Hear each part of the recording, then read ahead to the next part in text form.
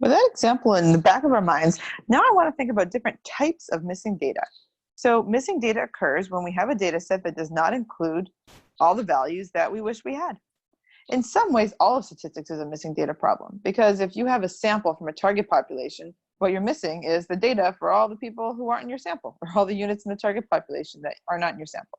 So again, all statistics can be thought of as a missing data problem, but I'm focused here on situations where you have a data set, but the data set is missing some of the columns for some of the rows. Some of the units do not have all of the variables filled in.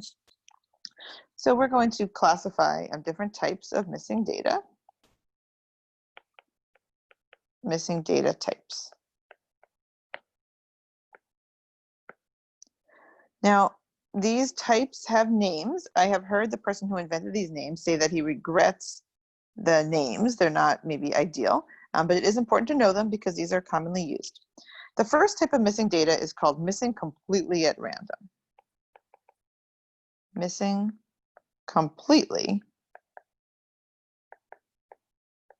at random. And that is abbreviated MCAR. You can say MCAR. What is missing completely at random? Well, here's one way to write it.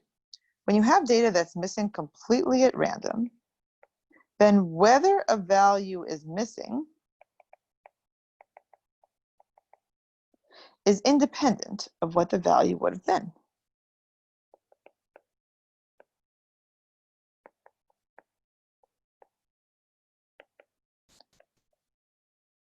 So the fact that you're missing a particular cell in your data set doesn't give you any clues about what that value would have been if you have missing completely at random.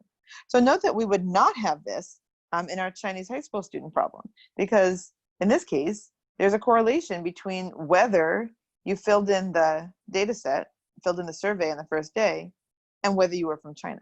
And because of that correlation, if somebody was missing their data on number of kids in their family, well, that's a pretty good clue that probably the number of kids in their family is 1, right? So that's not missing completely at random. So how else can we think of this, missing completely at random? Here's another way to think about it. The missing values are a simple random sample of all values for that variable.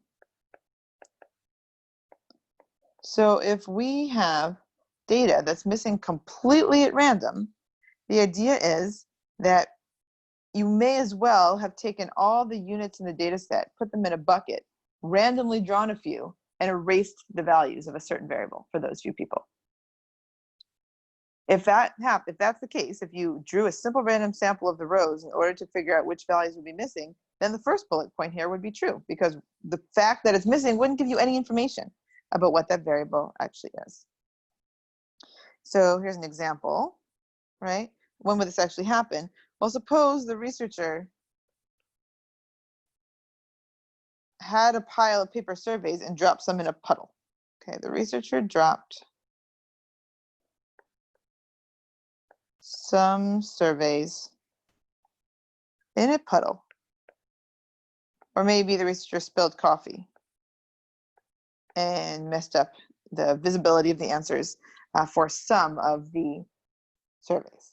Okay, that's missing completely at random, because if the surveys are just being held in my hands, and I trip and I drop a bunch of them, the fact that a survey was one of the ones I dropped doesn't give me any information about what that person's responses were, right? The fact that it's missing is not related to what the value actually would be.